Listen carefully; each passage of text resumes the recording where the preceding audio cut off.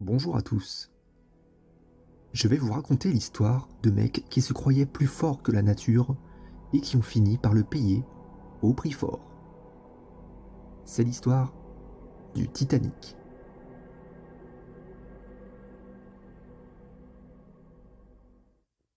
Tout commence à Belfast le 31 mars 1909.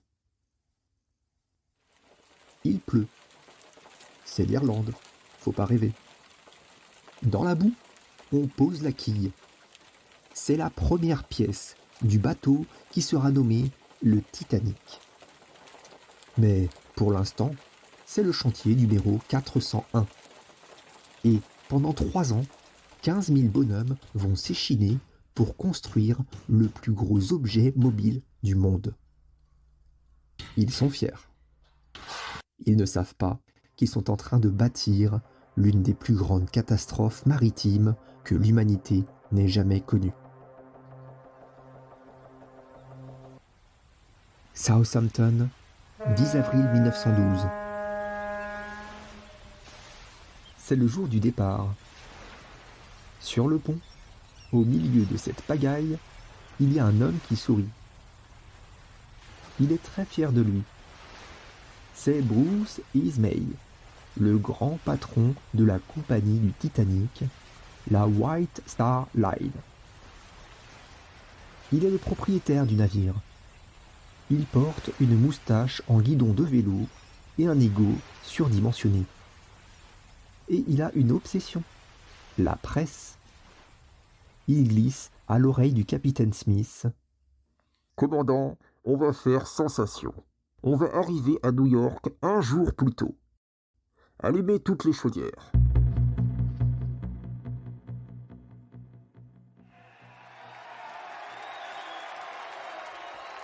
Il est midi pile.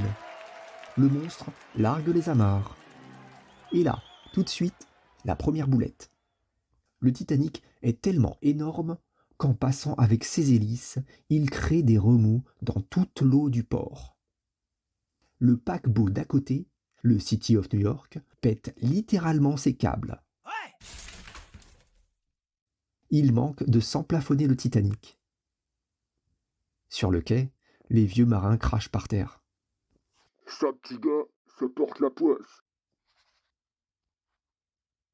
Et puis, il y a un autre détail. Un truc minuscule qui va tout changer. Juste avant le départ, un officier est muté à la dernière minute. Il fait son sac. Il descend du navire. Mais dans la précipitation, il part avec un objet au fond de sa poche. Une simple clé. La clé du placard où sont rangées les jumelles des veilleurs. Le gars emporte la clé avec lui à terre. Conséquence ? Les veilleurs devront scruter l'horizon à l'œil nu. Mais bon, l'état-major s'en fiche. C'est le Titanic.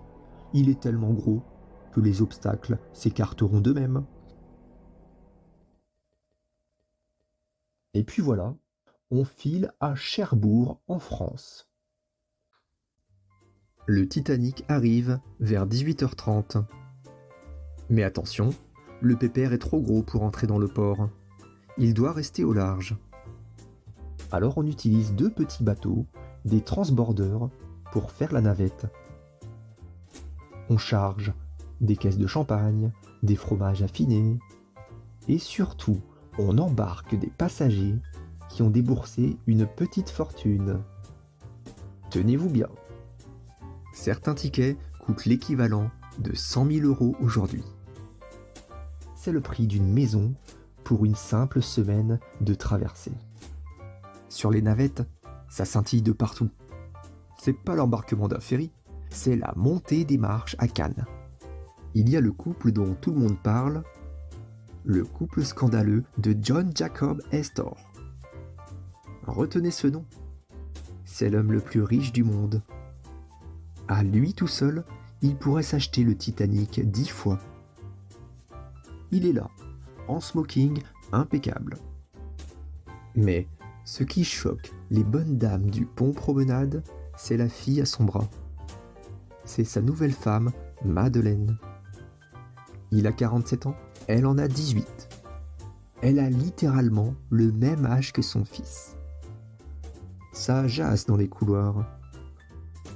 Vous avez vu? C'est indécent. Mais lui, il s'en moque. Il est intouchable. Il voyage avec son valet, sa bonne, son médecin et son chien.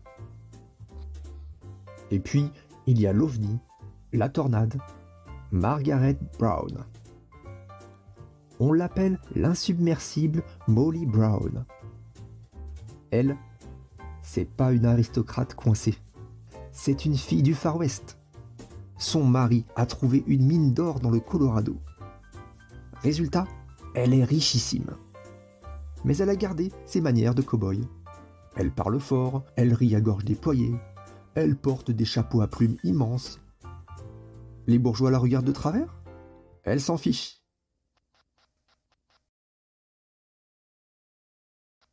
Le lendemain, 11 avril 1912, direction Queenstown en Irlande. C'est la dernière escale, le dernier morceau de terre. Ici, on embarque surtout des immigrants irlandais. Des gens pauvres, pleins d'espoir, qui ont vendu leur dernière vache pour aller tenter leur chance en Amérique. C'est aussi là que descend un petit malin, le père Francis Brown, un prêtre passionné de photos. Il a pris des photos incroyables pendant la traversée depuis Southampton. Il voulait rester jusqu'à New York, mais son supérieur lui a envoyé un télégramme. Descendez de ce bateau immédiatement. Le prêtre obéit. Il descend à Queenstown. Résultat, il sauve sa peau et il nous laisse les seules photos de la vie à bord. Comme quoi, obéir à son patron, ça a du bon parfois. Nous sommes le dimanche 14 avril, le matin. Normalement, le dimanche matin, sur un bateau, on fait quoi? On fait l'exercice d'évacuation des canots. C'est la règle. Mais le capitaine Smith, il est dans un tout autre état d'esprit. Faut comprendre le bonhomme. Il part à la retraite à la fin du voyage. C'est sa tournée d'adieu. C'est la der des der. Alors, il a envie de profiter lui aussi. Il a envie de fumer son cigare au soleil. Pas de s'embêter à faire hurler des sirènes et à bousculer des milliardaires. Et puis, pourquoi faire un exercice sur un bateau insubmersible? C'est ridicule, non? Donc, il dit non. Il annule l'exercice. L'excuse officielle? On va laisser les gens finir leur messe tranquillement. En réalité, c'est du relâchement. Et ça va se payer cher. Très cher. Parce que résultat, ce soir, quand il faudra évacuer pour de vrai, l'équipage ne saura même pas comment faire marcher ces maudits treuils. Autrement dit, comment descendre les canaux. Et les passagers ne sauront pas où aller. C'est de l'incompétence pure. La journée passe, et les messages d'alerte pleuvent. Le Baltique, le Caronia, tous les navires préviennent. Attention, il y a des icebergs sur la route.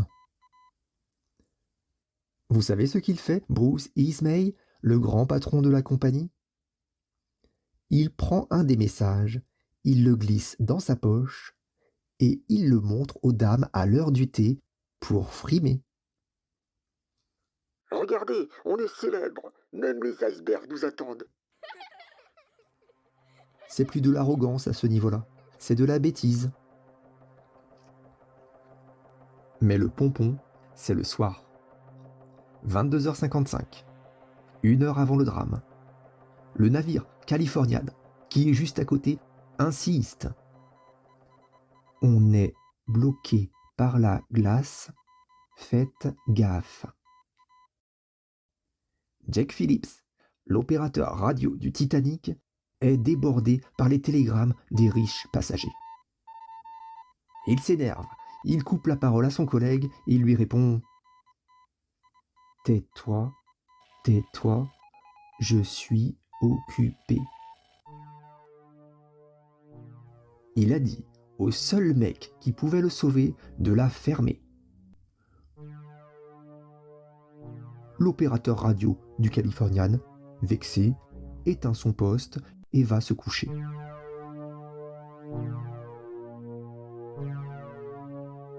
Il est 23h40. Là-haut, dans le nid de pie du bateau. Vous savez, ce panier à 30 mètres de haut. Eh bien, dedans, le veilleur Frédéric Fleet grelotte. Moins 2 degrés.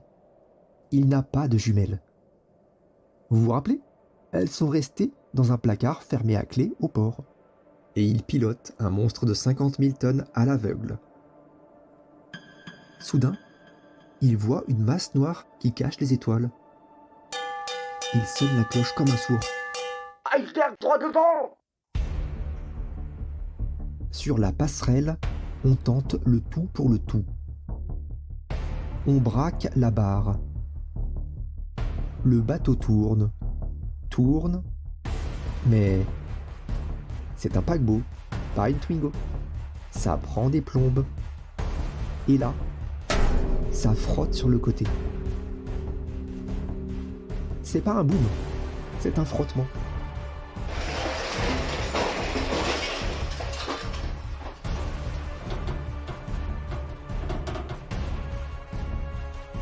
À cet instant, le capitaine Smith pense qu'il a juste rayé la carrosserie. Minuit. Thomas Andrews, l'architecte du navire qui est du voyage, descend inspecter les dégâts. Mais quand il remonte sur la passerelle, il est livide.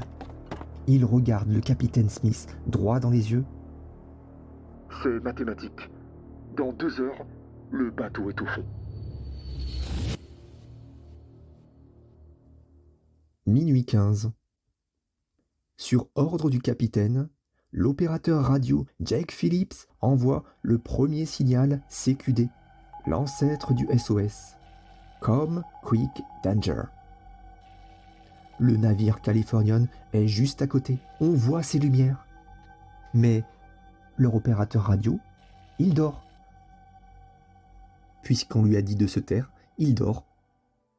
Pas de bol. Minuit 25. L'ambiance à bord est totalement surréaliste. Dehors, sur le pont avant, des passagers de 3e classe ont trouvé des morceaux de glace tombés de l'iceberg. Et vous savez ce qu'ils font? Ils s'amusent. Ils shootent dans les glaçons comme dans un ballon de foot.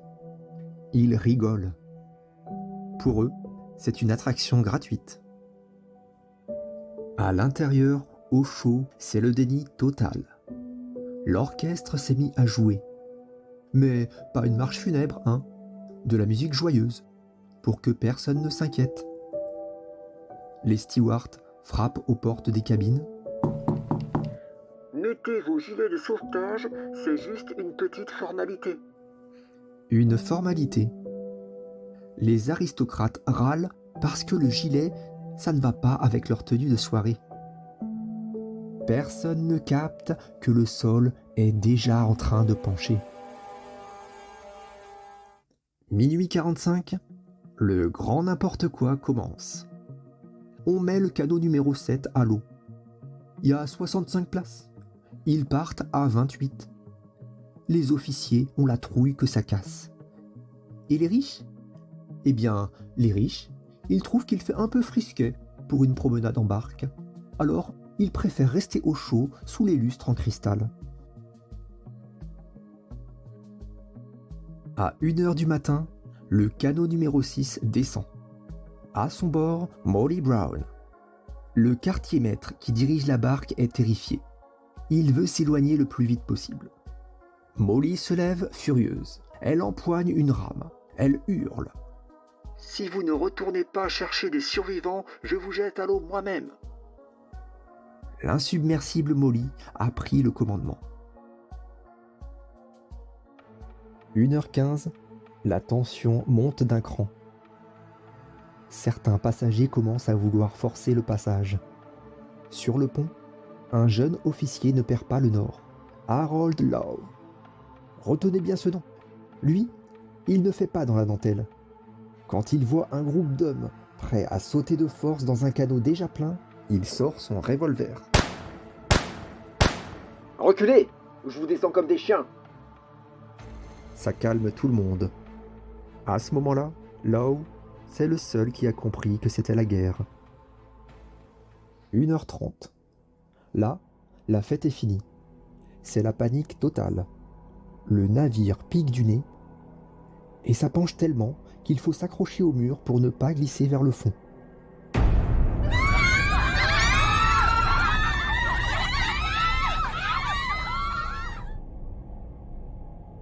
L'eau ne monte plus, elle s'engouffre. Les couloirs des cabines deviennent des torrents glacés. Et tout en bas, en 3e classe, c'est le piège mortel. Les passagers remontent, mais ils se heurtent à des grilles. Des grilles en fer fermées à clé qui séparent les classes. D'un côté, l'eau qui monte jusqu'au plafond. De l'autre, une porte verrouillée. Ils secouent les barreaux, ils hurlent. Mais personne ne vient ouvrir. Ils sont piégés comme des rats. 2h05, l'eau envahit le pont supérieur. Nos milliardaires de Cherbourg ont compris que c'était fini. Benjamin Guggenheim a refusé le gilet de sauvetage. Il est retourné dans sa cabine avec son valet pour enfiler son smoking. Il revient sur le pont, ajuste son nœud papillon, enfile ses gants blancs avec un calme olympien. Et il lâche cette phrase hallucinante. Nous nous sommes habillés de notre mieux et nous sommes prêts à couler comme des gentlemen. Quant à John Jacob Astor, l'homme le plus riche du monde, tout son or ne lui sert plus à rien. Il a embrassé sa jeune femme, l'a mise dans un canot. Il a demandé à l'accompagner parce qu'elle est enceinte. L'officier a dit « Non, les femmes et les enfants d'abord. » Astor n'a pas insisté. Il n'a pas fait jouer ses relations. Il a juste allumé une cigarette et il a attendu la mort debout. 2h18. D'un coup, blackout. Le noir total. Plus de lumière, juste les étoiles. Et là, un fracas d'enfer. Un bruit de tonnerre. C'est l'acier qui hurle. Les rivets sautent comme des balles de fusil. Alors que le navire s'enfonce dans l'eau, il se casse en deux, net. L'avant est déjà sous l'eau, l'arrière retombe lourdement, puis se dresse vers le ciel, à la verticale, comme une immense tour noire. Elle reste là, quelques secondes en suspension, et puis elle glisse, elle s'enfonce lentement, majestueusement, vers les abysses. 2h20. Le navire a complètement disparu. Tout entier. Il n'y a plus rien. Juste des remous et des débris. Et là, imaginez la scène. Sur l'eau noire, immobile, il y a les canots. Dans les canots, les survivants sont pétrifiés. Ils fixent ce vide noir. Et là, l'horreur absolue commence. Un bruit effroyable s'élève de la mer. C'est un hurlement. Le cri de 1500 personnes qui se débattent dans une eau à moins 2 degrés.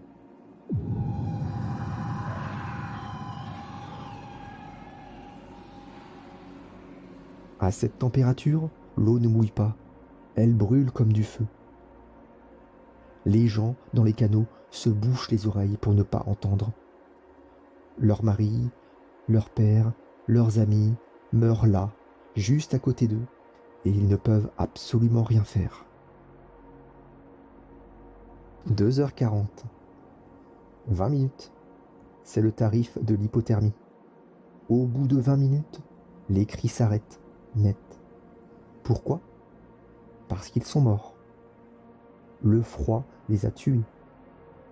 Il n'y a plus qu'un silence de cathédrale sur l'Atlantique. Dans les canaux, personne ne bouge. Ils sont tous tétanisés. Tous, sauf un. L'officier Lau, canot numéro 14. C'est le seul, je dis bien le seul, qui a le courage d'y retourner. Mais il a attendu. Il a attendu le silence. Pourquoi ? Parce qu'il avait peur que la foule paniquée ne renverse son embarcation. Alors, il fonce dans le noir, il arrive au milieu des corps, et là, il voit des centaines de gilets de sauvetage blancs qui flottent. Il cherche, il crie. Résultat, il repêche 3 ou 4 malheureux encore en vie sur les débris. 3 ou 4 sur 1500. C'est dérisoire. 3h30. L'adrénaline est retombée.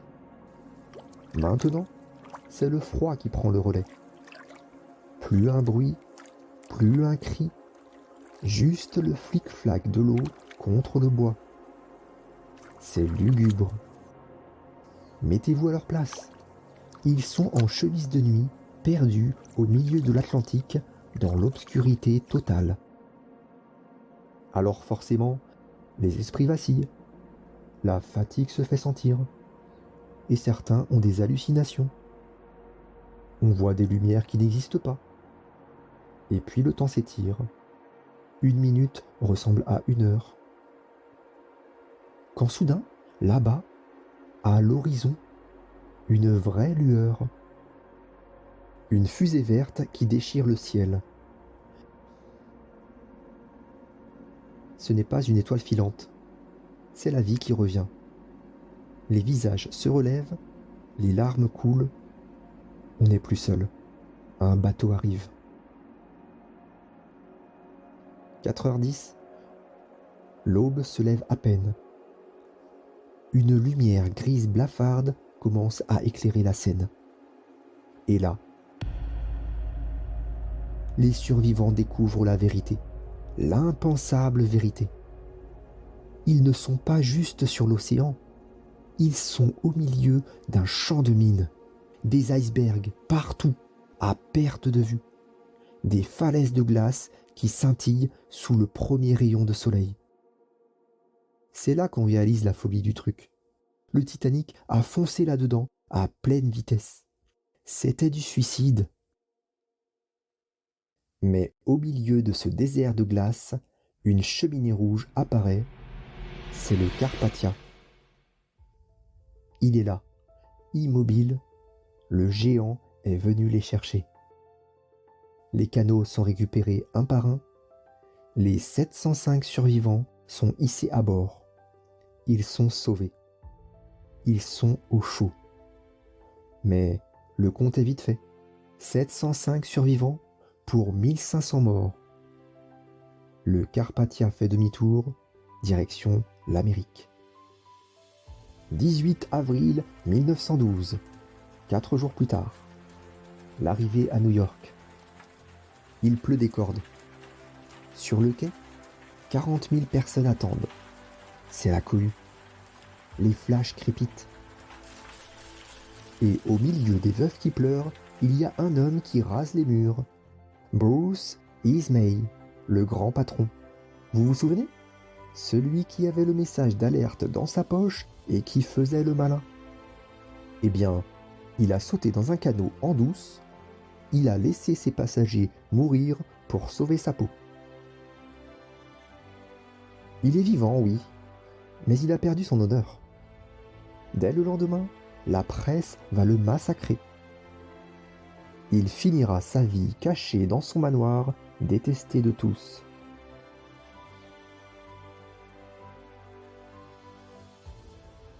Au final, quand on regarde le dossier, c'est vertigineux.